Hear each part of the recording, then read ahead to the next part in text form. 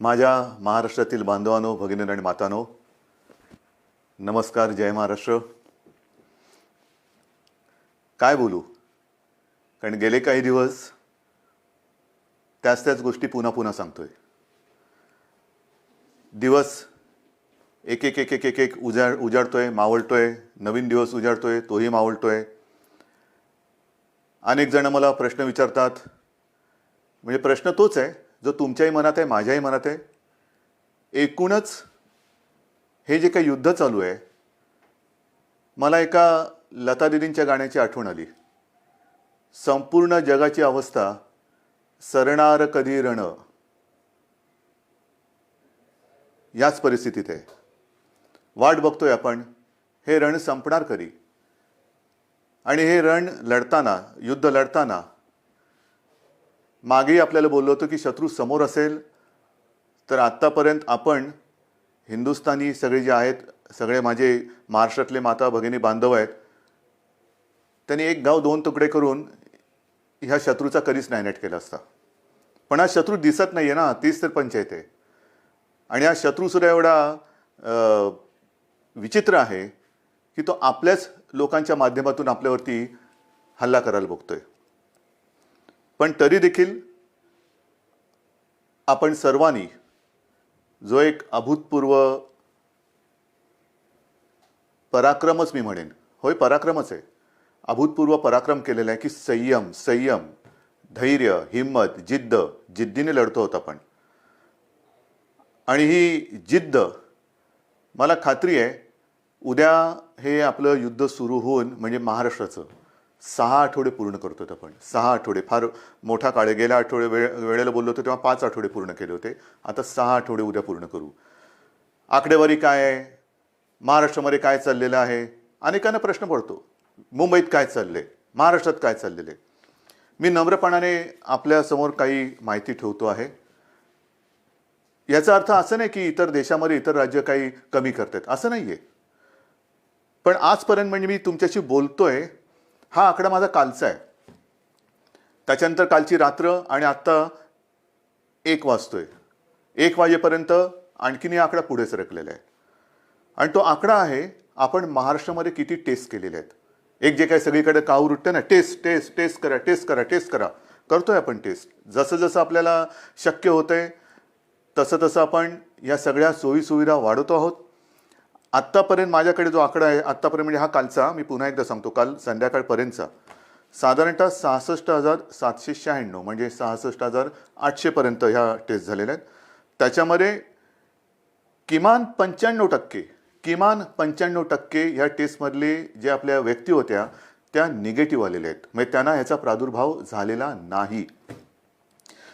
66-67,000 ह्या टेस्ट झाल्यानंतर मग जे चित्र आपल्यासमोर आहे ते हेच आहे की साधारणतः 3,666-67,000 टेस्ट केल्यानंतर त्याच्यात 3,600 हे पॉझिटिव्ह आलेले आहेत.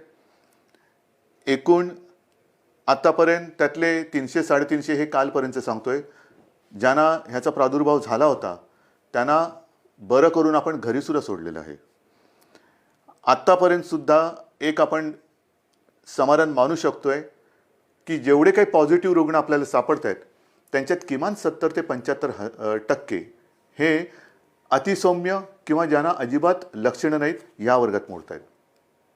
आपल्याकडे जवळपास आज 52 रुग्ण हे थोडेसे मध्यम गंभीर ते अतिगंभीर या वर्गामध्ये मोडत आहेत. आपलं आता लक्ष आहे हे जे गंभीर आहेत त्यांना वाचवणं. पण होतंय काय की काही ठिकाणी आजसुद्धा मला ठिकठिकाणच्या डॉक्टरांकडनं जे काही त्यांच्याशी चर्चा करतोय तर असं समजतंय की बऱ्याच वेळेला अगदी शेवटच्या टप्प्यामध्ये हे रुग्ण आपल्याकडे येतात. म्हणजे आपण काहीच करू शकत नाही. काही केसेसमध्ये तर असे आढळून आलेलं आहे की तो रुग्ण आल्यानंतर त्याचा रिपोर्ट टेस्टला दिल्यानंतर तो जो काय काळ लागतो, टेस्टसाठी जो काय काळ लागतो, रिपोर्ट येण्यासाठी तो लागतोच आहे. तो काय अजून कोणी कमी नाही करू शकलेला. तो रिपोर्ट प्राथमिकता देऊन आपण करून घेतो की हा गंभीर आहे, ह्याचा रिपोर्ट आम्हाला आधी द्या. एक काही अपवादात्मक परिस्थितीत असे झालेले आहे की ते रिपोर्ट येण्याच्या आतच त्यांचं दुर्दैवाने निधन झालेलं आहे. आणि म्हणून मला नेहमी हेच तुम्हाला सांगतो आहे आणि सांगायचं आहे की कोणतेही लक्षण, सर्दी, खोकला, ताप हे लपवू नका. घरच्या घरी उपचार करू नका. आपण याची विभागणी केलेली आहे, ज्याला आपण फीवर क्लिनिक म्हणतो. सर्दी, खोकला, ताप यांच्यासाठी दवाखाने पण सुरू केलेले आहेत. ज्यांना ज्यांना ही लक्षणं आढळतील, ही अशी काही ज्याला म्हणतो ना की नुसतं संसर्ग म्हणजे हात लावला तरी झाला असं नाही आहे. जर मास्क लावला, थोडं अंतर ठेवलं तर हे प्रादुर्भावाचा टाळता येतो. पण आपल्यापासून आपल्याला हे लक्षणं दिसत असतील तर लोक वालीत टाकतील का? अशा अशा संस्कृतीचा महाराष्ट्र नाही आहे. एकमेकाला मदत करणारी आपली संस्कृती आहे. आणि म्हणून मी पुन्हा आपल्याला विनंती करतोय की जर का कोणाला अशी लक्षणं आढळली, स्वतःमध्ये अशी लक्षणं वाटली, तर न घाबरता, न पळता, घरच्या घरी न राहता तुम्ही ह्या दवाखान्यात या. जेवढं लवकर आपण याल तेवढं लवकर आपल्यावरती इलाज होईल. आणि मी गेल्या वेळेला सांगितलं होतं की करोना झाला म्हणजे संपलं, असं नाही. आज सुद्धा जे मी तुम्हाला आकडा दिलेला आहे, बरं होऊन म्हणजे काही ठिकाणी तर जवळपास गंभीर झालेली रुग्णसुद्धा बरे होऊन आपण घरी सोडलेत, म्हणजे त्यांना जाऊ दिले, बरं करून घरी जाऊ दिलेलं आहे. तर असंही आहे, अगदी 6 महिन्याच्या बाळापासून 83, 84, 85 वयाच्या आजीपर्यंत रुग्ण हे बरे झालेले आहेत, बरे होत आहेत. पण वेळेमध्ये आले तर, वेळेत आले पाहिजे. एक गोष्ट मला आणखीन सांगावीशी वाटते की काल मी संध्याकाळी मुंबईतील जे आपले खाजगी दवाखाने आहेत, हॉस्पिटल्स आहेत, किंबहुना स्वतः काही प्रॅक्टिस करणारे डॉक्टर्स आहेत, यांच्यापैकी काही डॉक्टरांशी बोललो. आणि मला समाधान आहेत, हे सुद्धा कुठेही लढायला कमी नाही आहेत. त्यांच्याशी मी स्वतः बोललो, आपले टास्क फोर्सचे डॉक्टर बोलले, महापालिका आयुक्त बोलले.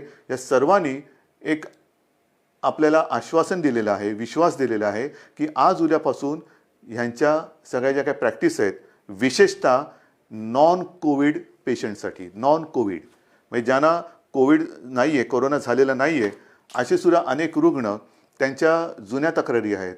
कोणाला किडनीचे आजार आहेत, कोणाला हृदयरोग आहे, कोणाला मधुमेह आहे, इतरही काही व्याधी आहेत, काही जणांना अचानक होत आहेत. तर त्यांच्यावरती उपचार करण्यासाठी हे क्लिनिक, हे दवाखाने आणि हे हॉस्पिटल्स ही कोणत्याही परिस्थितीत चालू पाहिजेत.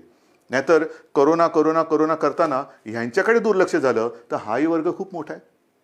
त्याच्यासाठी ते आपल्याला मदत करतात, त्या सगळ्यांना मी धन्यवाद देतोय. आणि मी संपूर्ण महाराष्ट्रातील डॉक्टर्सना आवाहन करतोय, विनंती करतो आहे की मुंबईतले डॉक्टर्स तयार झालेले आहेत, महाराष्ट्रामध्ये सुद्धा तयार होत आहेत.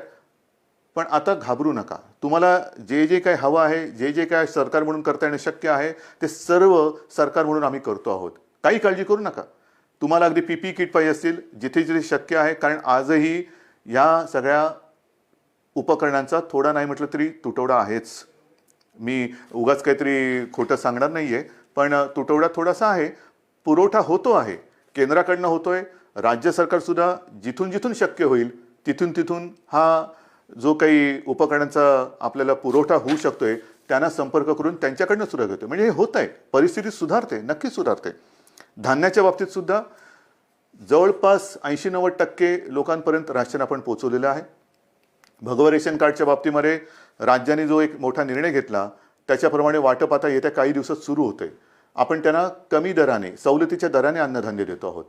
केंद्राने सुद्धा, मी मागे जे बोललो होतो किमान आधारभूत किमतीने, त्याच्या बाबतीत सुद्धा ते मदत करतायत. आपल्याला अजून काय करता येणं शक्य आहे ह्याच्याबद्दल विचार करून केंद्राशी आपली बोलणी चालू आहेत. केंद्र सुद्धा आपल्याला मदत करते. महत्त्वाचा मुद्दा काय, अनेकांना असं आजही वाटते की केंद्र सरकार मोफत धान्य वाटते, तुम्ही का नाही देत? मोफत धान्य, केंद्र मोफत धान्य देते, मग तुम्ही का नाही देत?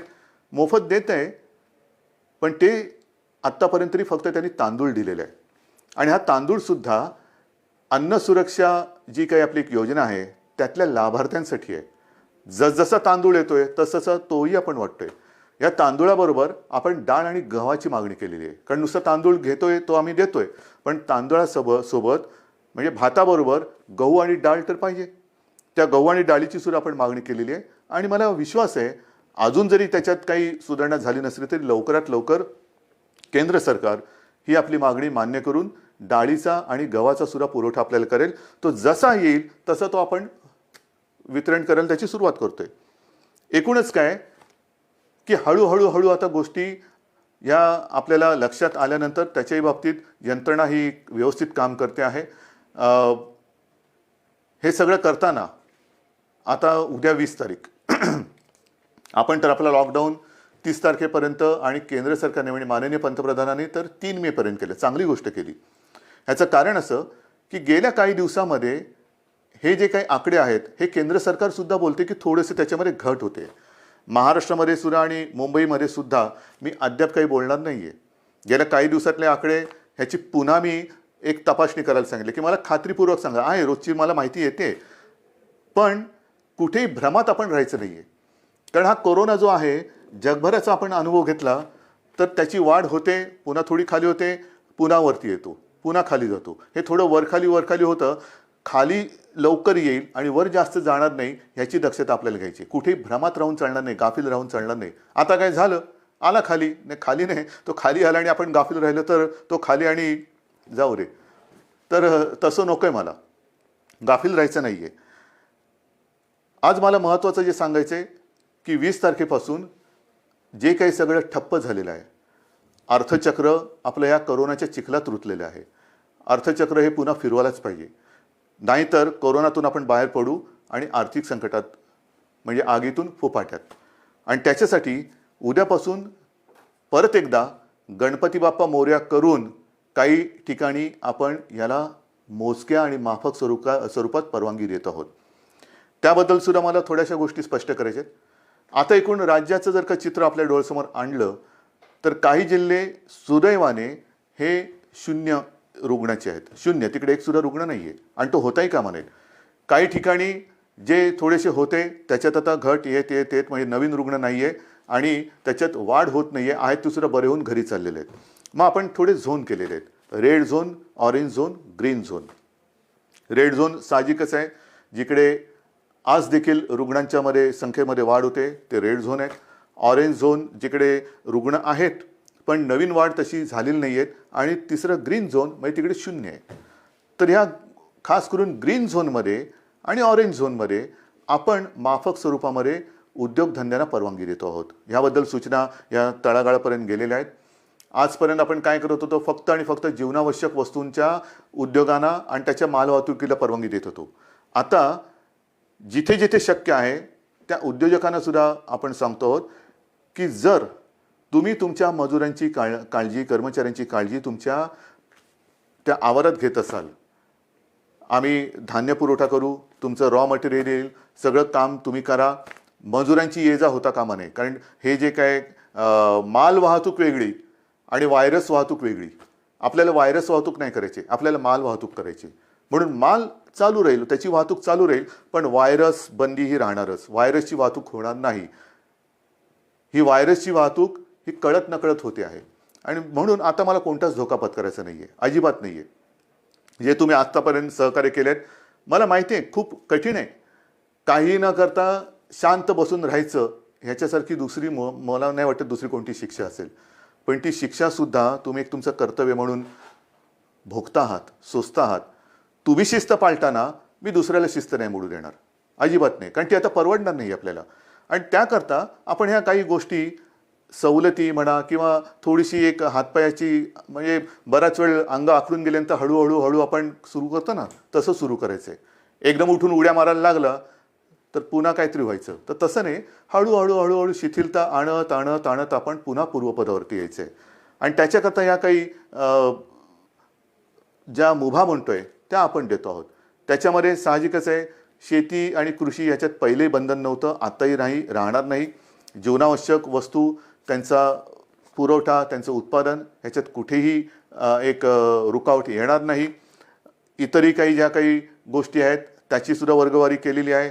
केंद्राकडनं सुद्धा आत्ताच एक सूचना आलेली आहे, सूचनाची नियमावली आलेली आहे, त्याच्याप्रमाणे सुद्धा काही होईल.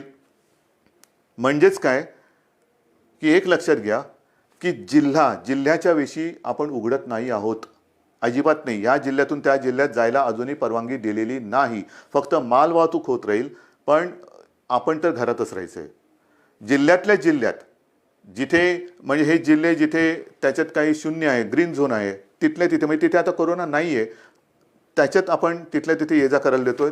दुसऱ्या जिल्ह्यात त्या जिल्ह्यात देतोय, पण ह्या जिल्ह्यातली माणसं त्या जिल्ह्यातली माणसं ह्या जिल्ह्यात हे आता तरी आपण होऊ देत नाहीये. किमान 3 मे पर्यंत तरी ही बंधन आपल्याला पाळायचे.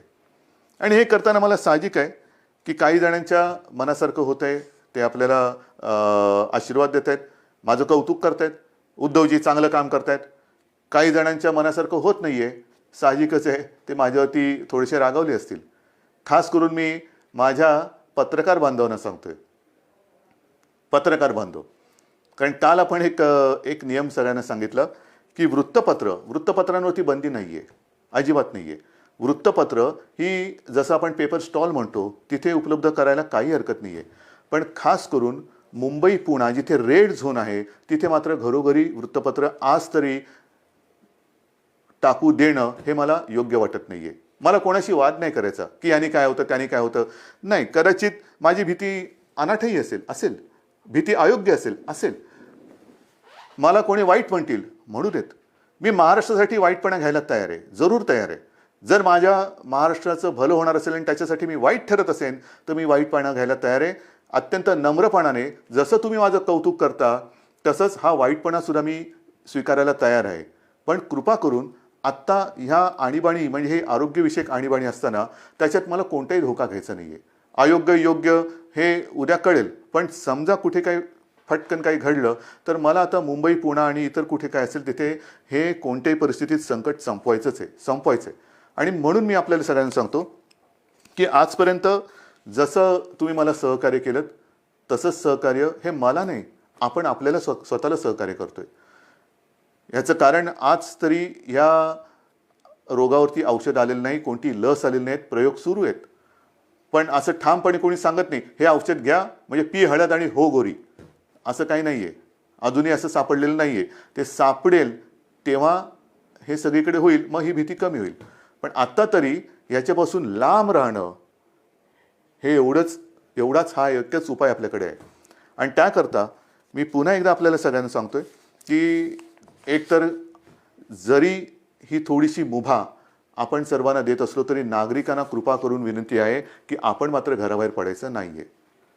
अत्यंत आणि अत्यंत आवश्यक असेल तेवढ्या पुरतंच घराबाहेर पडा. पडताना घरगुती मास्क असेल तो वापरा. आल्यानंतर म्हणजे काही ठिकाणी अँटी कोरोना पोलीस, मला समाधान वाटलं की काही ठिकाणी सुरुवात झाली. अगदी पोलीस अधिकाऱ्यांच्या घरात सुद्धा अँटी कोरोना पोलीस आलेले आहेत.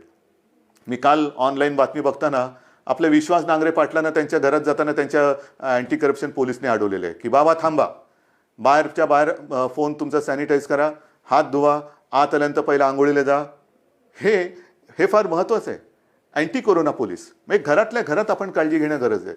आपल्या मातापित्यांची काळजी घेणं, विशेषतः ज्यांना हे काही विकार असतील, डायबिटीज असेल, हृदयविकार असेल, इतरही काही मधुमेह असेल, ते वेळच्या वेळेला औषध घेतात की नाही आणि त्यांची ही सगळीची लेवल आहे, हे जे काही विकार आहेत ते मर्यादेच्या आत राहतात की नाही हे बघणं हे आपल्या घरातल्या सगळ्यांचं कर्तव्य आहे. काही ठिकाणी मला अशी मेसेज येत आहेत की लहान लहान मुलं आपल्या वाढदिवसाचे पैसे, आपल्या खेळण्यासाठी साठवलेले पैसे, कोणी सायकलसाठी साठवलेले पैसे हे मुख्यमंत्री सहायता निधीला देत आहेत. काय बोलायचं या मुलांना? कौतुक तर केलंच पाहिजे, आशीर्वाद तर दिलेच पाहिजे, पण मी ह्या बाळगोपाळांना सांगतो की तुम्ही काळजी करू नका. अहो आम्ही आहोत, ही माझ्यासोबतची जी पिढी आहे ती समर्थ आहे आणि हे सगळं युद्ध चाललंय हे तुमच्या भवितव्यासाठीच चाललेलं आहे. मला कल्पना आहे की पैसा करून ती एक गंमत असते, पैसा साठवणं आणि त्या साठवलेल्या पैशातून स्वतःसाठी या काही गोष्टी करणं. म्हणजे अनेक ठिकाणी घरात ह्या गोष्टी अशा आहेत की हट्ट नाही करायचा. आपल्या खाऊचा पैसा असेल, वाढदिवसाचा पैसा असेल, हा साठवत ते करायचं. तुम्ही नका करू, आम्ही आहोत, आपण खंबीर आहोत, सरकार खंबीर आहे, ही पिढी खंबीर आहे. आज सुद्धा मुख्यमंत्री सहायता निधीला मदत येते. CSR फंड मग तिकडे चालतो इकडे चालत नाही, मला तर त्या राजकारणात जायचंच नाही आहे. पण CSR फंडासाठी सुद्धा आपण एक वेगळा निधी त्याचं अकाउंट सुरू केलेलं आहे. ज्यांना CSR म्हणून द्यायचं आहे मुख्यमंत्री सहायता निधीला, त्यांना CSRसाठी एक वेगळा अकाउंट आपण उघडून दिलेलं आहे. या सगळ्या गोष्टी करतो. आणि त्याचबरोबरीने घरामध्ये राहून थोडीशी एक अस्वस्थता येते, बेचैनी येते, काय करायचं कळत नाही, मग कोणाला विचारायचं, घरी कोण आहे. 2 गोष्टी आपण सुरू केलेल्या आहेत. एक तर खरं म्हणजे महाराष्ट्रामध्ये याची गरज नाही आहे, कारण महाराष्ट्र आपला हा सुसंस्कृत आहे. पण ज्या बातम्या येतात जगभरातून की घराघरामध्ये महिलांवरती अत्याचार किंवा हिंसाचार ह्या गोष्टी वाढत आहेत. महाराष्ट्रात असं होणार नाही. एक सुद्धा केस अशी होता कामा नये, अजिबात होता कामा नये. पण तरी देखील महिलांना मी विनंती करतोय की समजा दुर्दैवाने कुठे असा आपल्याला अनुभव आला तर 100 नंबर हा आपल्या मदतीसाठी आपण केलेला आहे. कुठे अशी जर का तुम्हाला वाटली की इकडे आपल्यावरती अन्याय होतो किंवा थोडंसं होते, मानसिक स्थिती थोडीशी इकडे तिकडे होते, पण तिच्यासाठी ती सांभाळण्यासाठी आणि महिलांना रक्षण देण्यासाठी एक 100 नंबर हा आपण त्या सेवेसाठी देतो. दुर्दैवाने जर का अशी कुठे घटना घडत असेल तर 100 या नंबरवरती माझ्या माता भगिनींनी फोन करावा. तत्काळ आपलं महाराष्ट्र सरकार आपला भाऊ म्हणून आपल्यासोबत आपल्या मदतीसाठी धावून आल्याशिवाय राहणार नाही. आणि हे सांगत असताना मी आणखीन 2 नंबर आपल्याला सांगतोय, कारण इतके दिवस घरी राहिल्यानंतर मन अशांत होणार, मनात बेचैनी वाढणार, एकटेपण वाटणार, काय करावं कळत नाहीये, थोडंसं वैफल्य वाटणार. मग काय करायचं? तर त्याच्यासाठी सरकारने 2 नंबर आपल्यासाठी दिलेले आहेत. घेता लिहून? कागद पेन आहे हातामध्ये? ठीक आहे, बघा पटकन.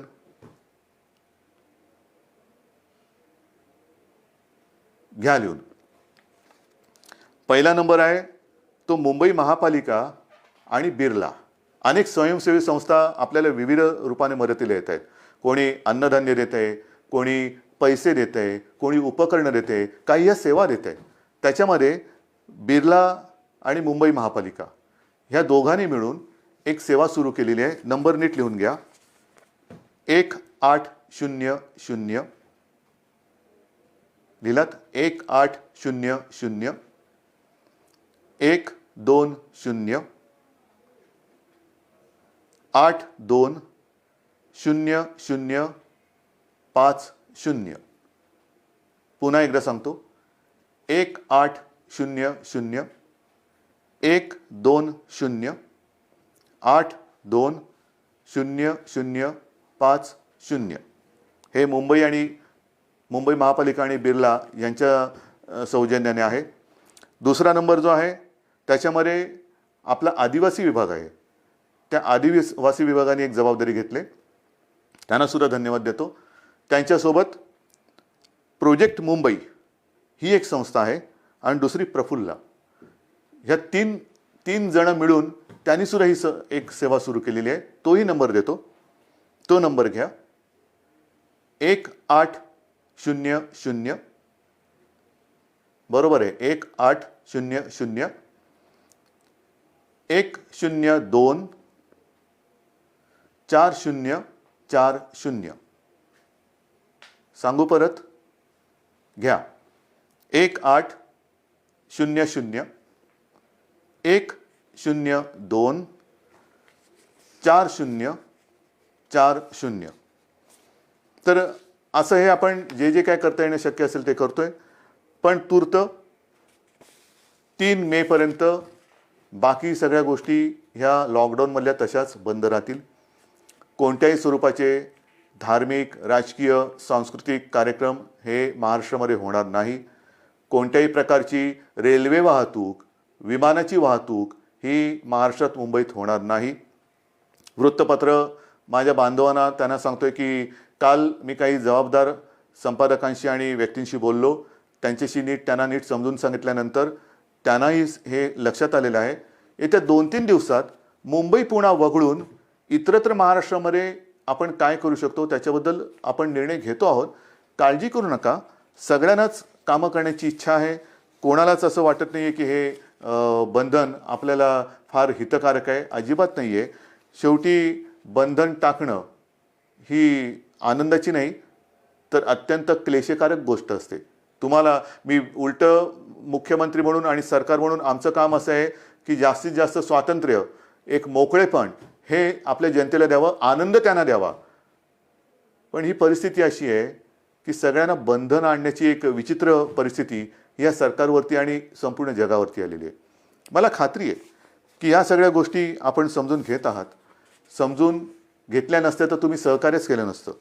विशेषतः जे इतर राज्यातले मजूरसुद्धा आहेत त्यांनीसुद्धा आता सहकार्य करण्याचं एकूण मला दिसतंय की ठरवल्यासारखं आहे, कारण ते सुद्धा शांत झालेले आहेत. त्यांच्यासाठी मी पुन्हा बोलतो कि केंद्र सरकार के साथ हमारी बात चल रही है. आने वाले कुछ ही दिनों में मुझे पक्का भरोसा है, विश्वास है कि कुछ ना कुछ तो रास्ता निकल कर आएगा. और आप चिंता मत करो, महाराष्ट्र में आहिस्ते आहिस्ते हम काम शुरू करने जा रहे हैं. अगर संभव है तो आप आइए, काम पर लौट आइए, आपकी रोजी रोटी चालू रहेगी. और जिस दिन ये माहौल है ये ख़त्म हो जाएगा, मैं आपको वचन देता हूं कि आपके घर तक महाराष्ट्र सरकार आपको पहुंचाएंगी. लेकिन हम चाहते हैं कि आप जब भी घर जाएंगे पूरा परिवार आपका वहां होगा, आप यहाँ हैं. ये अच्छी बात नहीं है, मैं भी मानता हूं, समझता हूं. लेकिन जब भी आप घर लौटेंगे एक खुशी खुशी जाओ, डर कर नहीं जाना. वो भी डरे हुए हैं, आप भी डरे हुए हैं. आप उनको बता दीजिए हमारे महाराष्ट्र में हम हैं, महाराष्ट्र की सरकार हमारा अच्छा ख्याल रख रही है. आप हमारी चिंता ना करें, आपकी भी चिंता, वहाँ की सरकार आपका ख्याल रख रही है, तो आप भी चिंता ना करें. लेकिन सब संभल कर रहिए. ये दिन कुछ ही दिनों का सवाल है, ये भी दिन निकल जाएंगे और फिर से मुझे पक्का भरोसा है खुशी की दिन लौट आएंगे. और इन शब्दों के साथ सबको मैं आभार व्यक्त करता हूँ, धन्यवाद देता हूँ. सगळ्यांना जय हिंद, जय महाराष्ट्र. लढायचंच आणि जिंकायचंच.